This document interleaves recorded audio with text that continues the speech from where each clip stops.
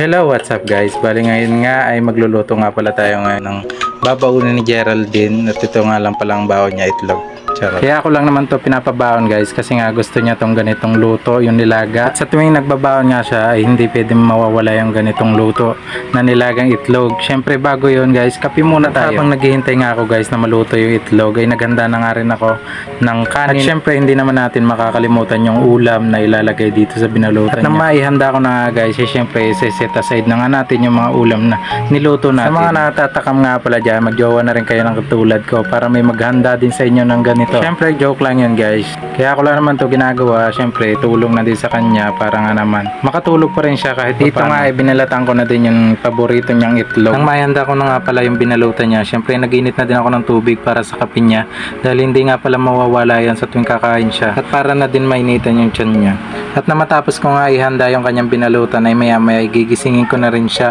Syempre pinaghanda ko na rin siya ng kakainin. Bali sa araw-araw nga pala na papasok siya, ito nga pala yung ginagawa ko sa tuwing umuwi ako galing sa pagbiyahe. At sa ganitong paraan nga pala ay napapasaya ko na siya kahit sa simpleng paghahanda lamang ng pagkain. At dahil nga nakaredy na ang lahat, hindi naman natin pwedeng kalimutan yung tissue. Syempre kailangan din niya. Alam niya rin ba na napakahirap gisingin ang girlfriend ko lalo na kapag ganitong oras na ng pasok niya.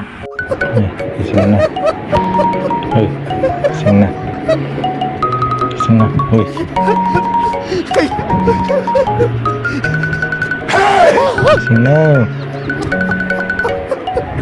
O diba nakita nyo naman, bali dito nga ay pinaganda ko na rin siya ng kanyang uulamin dahil kakain na nga siya. Bali ganito nga lang pala yung ginagawa ko para nga naman hindi magalit ang dragon.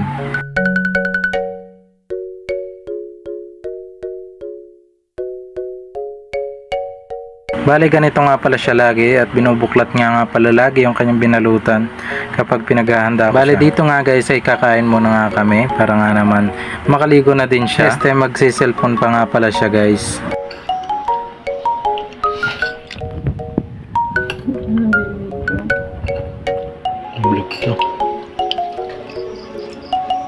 Bale sa mga oras nga na ito ay inahatid ko na nga pala siya sa kanyang trabaho at alas 12 na nga pala ng gabi ang kanyang pasok.